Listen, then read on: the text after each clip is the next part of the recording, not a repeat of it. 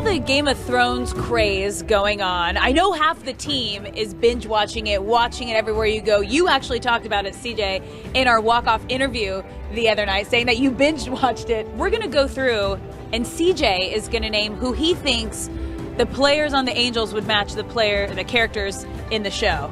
So I got Cesar Ramos as the Red Viper of Dorne, because he's super smooth and he's a good-looking dude. Who would Mike Trout be? He might be Jaime Lannister, the Kingslayer, because he's a pivotal character, but he's also about the action. Okay. He's out here showing stuff off on the baseball field.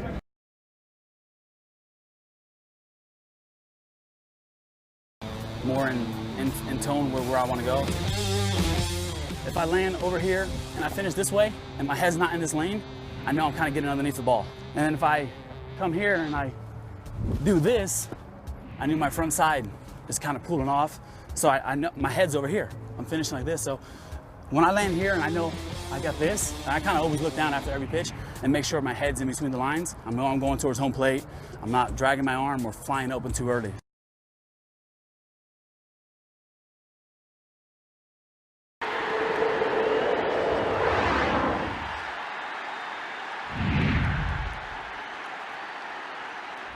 Who's the fastest on the team besides Mike Trout? Besides Mike Trout, it's a tough one. It's got to be between probably Howie and Ibar, I'm gonna say. I would say Howie, probably. Who's your best friend on the team so far? Best friend on the team so far, I would go with Tyler Skaggs. We got traded over in that trade, and then just kind of went from there. I think Tyler Skaggs is probably the best friend on the team. How long have you had your glove for?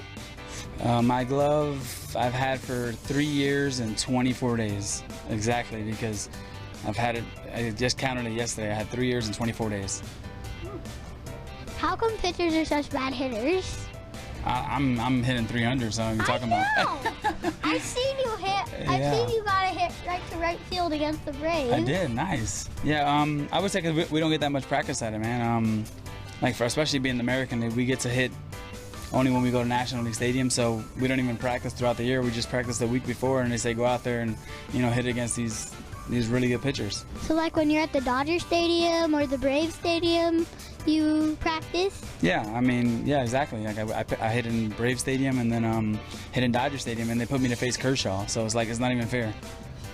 Who's the funniest player on the team? I'm gonna go with Hank Conger. He for some reason he always has a smile on, and he always has a comment for everything, and he makes everybody laugh. Who's the hardest batter to strike out for you? For me, I'm gonna say Joe Mauer. He was always my toughest out. I feel like I always got the 2 strikes on him, but never could get him to strike out.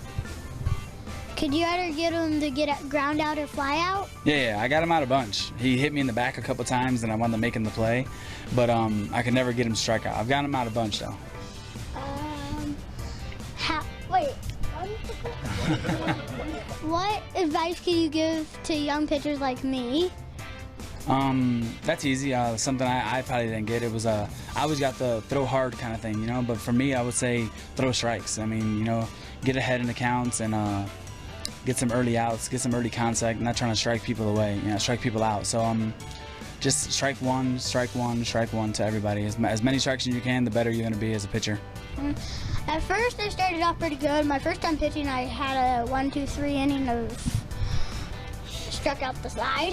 Nice. But now I'm not that good anymore. I have problems throwing strikes. Oh, it happens. It happened to me early in the year. I couldn't get anybody out, and then but it happens, and you just bounce back and just go out there and have confidence in your stuff.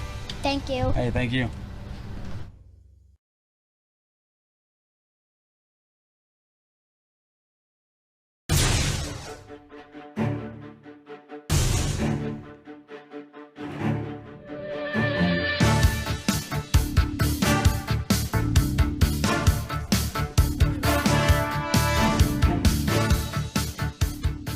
Walk me through what you're seeing before the balls even snap. So before the ball snap, when I line up, I look at his feet, and if I see him on his toes, and I know he's probably going to press bail, or press and get out. And if I see him on his heels, then I know he's going to be ready to be patient and give me a little press. Okay, just boom, boom. Try to shorten those choppy steps down just one tick, and let's try to get out of it quicker, but sort of gear it down toward the, once you get about 8 yards into the route. Gear it down. Yeah. Very nice. So I do that. Get out the ball, I stem first, I come here, throw him. Make sure I have leverage to where, like, he's not, if he grab me, I still have an outside arm I can grab. Okay. And he's coming like this, and we're coming, and I got to square my body up to go get the ball. Ah, okay. You're in and out of your cuts great. How much work do you do? Your body control and the control you have over your body is really great. It's a lot. It all depends on how low you get to the ground and how much your weight is distributed and pushing out or in. You being a quarterback and a receiver, a little bit of an advantage, I think, right, for you guys? How much easier is it to get on the same page? Being out there, reading the defense, I'm always looking, checking my safeties, checking the linebackers, because that's what's really going to tell me what's going on in the defense. If I see the backers walking up to the slot, if I see something fishy, if it looks like a duck and walks like a duck, it's got to be a duck, right? When you go up to get the football, give me technique, strategy, what are you thinking? It's really hard to jump when you're stretched out like this, so there's no power, but then you shorten up your steps and you can get up for the ball. Damien, it looks like 4-4. It's really like 4-5-7. So here's the thing, you call a route, any route you want, come get it, baby. Come on, come on. Just go post right by him and then I'll throw it right to the end. I need you to slow down the cadence because I like to disguise the coverage. Hold on. I used to do that back in the day when they come to the line. All right, I'll play him tight. I got to play him tight.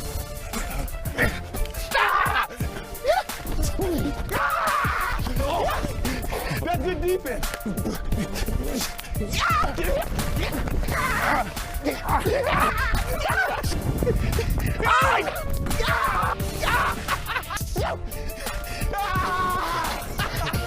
That's too many cuts. If this was a 10-yard route, I'd have been there.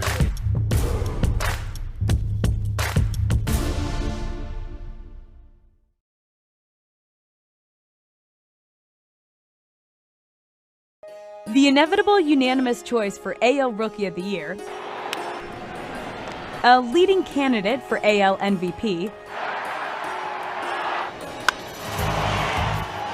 leading off for one of the favorites to win the World Series, Mike Trout's greatness was anticipated by all who heard about him on his way up to the big leagues.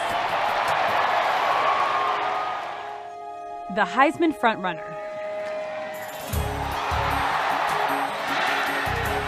leading one of the preseason favorites to win the national championship,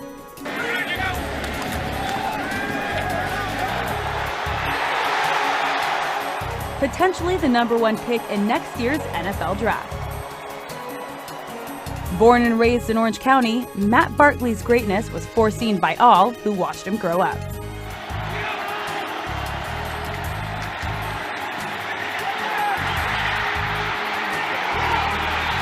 And now, they are two of the biggest stars not just in Southern California, but across the entire country. I think he's been doing great things, in a short span since he's been with that team, and really rallied that community up. And it's been fun to watch him, just to see him play, how he gets after it. He's a great dude. He had a chance to win a Heisman this year. It's a pretty cool accomplishment. And I remember him coming out of high school. He's ranked #1 quarterback, and just committing himself to every day. Recently, they swapped Sports Illustrated covers in back-to-back weeks. Two of sports' youngest superstars with deep connections to Orange County. Trout and Barkley have struck up a friendship on Twitter and via texting. And the blog spheres had some fun with how much the two of them look alike. Ever since I saw him in the USC Trojan baseball uniform, it was looked pretty identical. I can see what people are saying just because of the stature and the blonde hair, I guess, or whatever it is. I've known myself for a long time, so I don't really know, but I think it's funny whenever people say it on Twitter or whatever. It makes me laugh.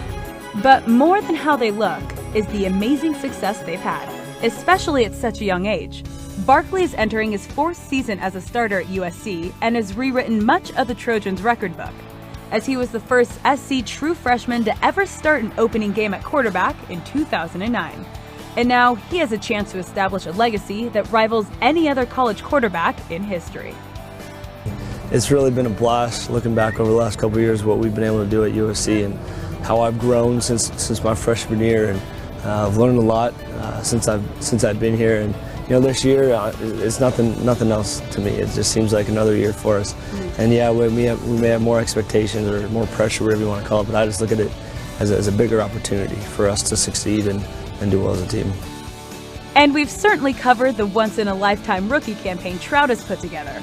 After becoming the youngest player to ever reach 25 home runs and 40 steals in a season, he is now closing in on the 30-50 mark, something done only twice in the long history of the game and never by a rookie. My goals, in the beginning of the year is, definitely to win the Rookie of the Year.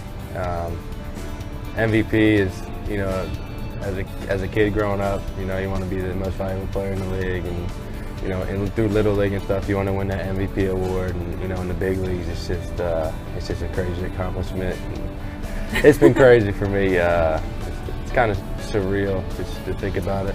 It's a good feeling, all the hard work and stuff, but if we don't make the playoffs, it don't mean nothing to me. So still got a month left, and you got to finish strong. It's not how you start, it's how you finish. That's the way I've been taught my whole life. And just got to keep grinding it out and finish strong. Needless to say, these two young superstars are going to be the talk of the sports world for a long time to come. And given the friendship they've started up recently, they'll be rooting for each other all along the way. It was pretty neat seeing them. I think it was in the first base underneath the stands over there. It was pretty neat seeing him that night, and just got to talk a little bit with him. Sounds like a great dude, and he's out there having fun just like me, just a different sport. He's accomplished more of at this point in his life, so it's pretty cool to see him doing big things, and I know he's got a long and bright future ahead of him. Hopefully he stays with the Angels for quite some time, but I still got to catch up to him on my resume.